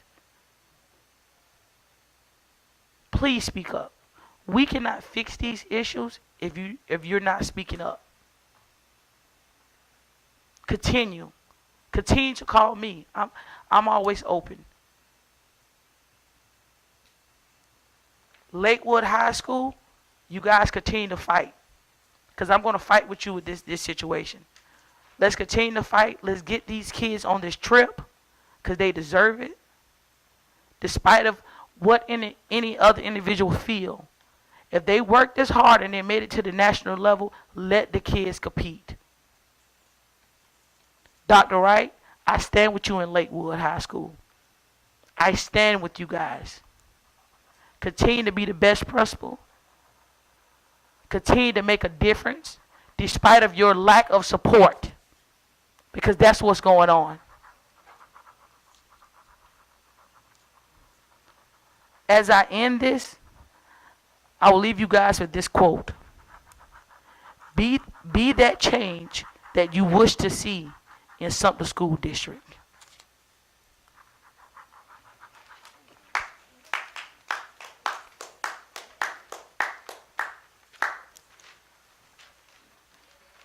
All right.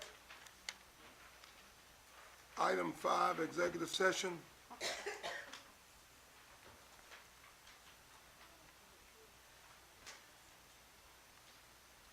Is there a motion? Mr. Chair, I move that we go to executive session. Oh.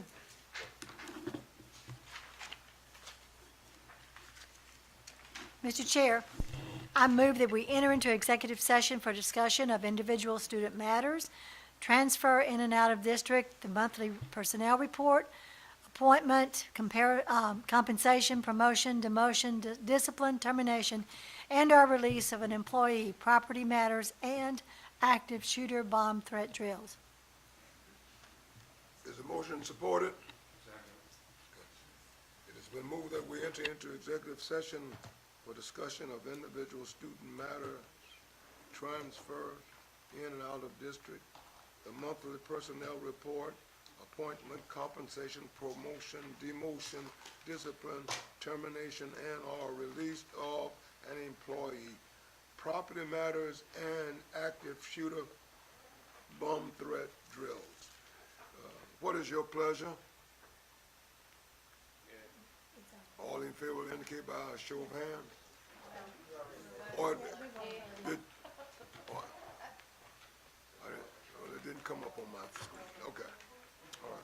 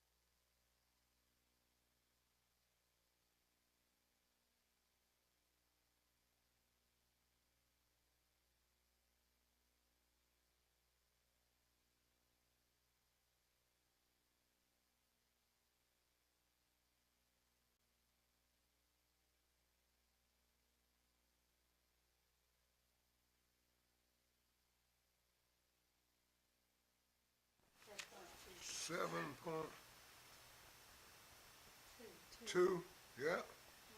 Mr. Chair, under 7.2, I would like to make a motion to adopt K through 12 and CTE textbooks as presented. Mr. Chair, I second. Motion to support it. Is there any discussion? No discussion, you may vote your conviction.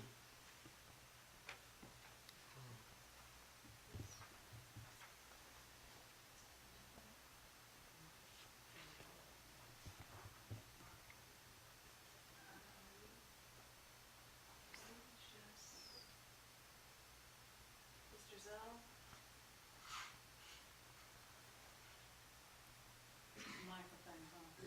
Is Zell? Yes, sir. I've voted.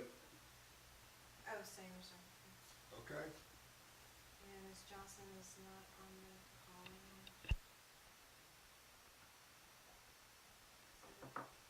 The motion carries. Hmm? The motion carries. All right, the motion passes. 7.4, Under 7.3, sir. I'm sorry. That's okay. I make the motion to approve the monthly personnel report as presented for Monday, March 25th, 2024. Second. Okay, you heard the motion and it is supported. Is there any discussion? Hearing none, you may vote your conviction.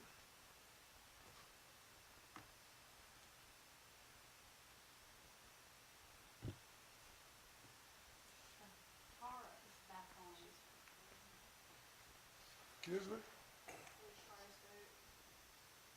I'm sorry, I missed whatever that vote is because I wasn't in the meeting yet. Oh, okay, all right. So you abstain, huh? Correct. Okay, very good. Okay. All right, the motion passed. All right. The consent agenda before you, and it will stand approved unless there are objections.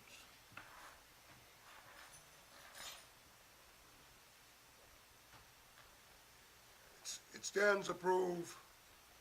Ladies and gentlemen, we've had a good meeting. Thank you so very much. We're now adjourned.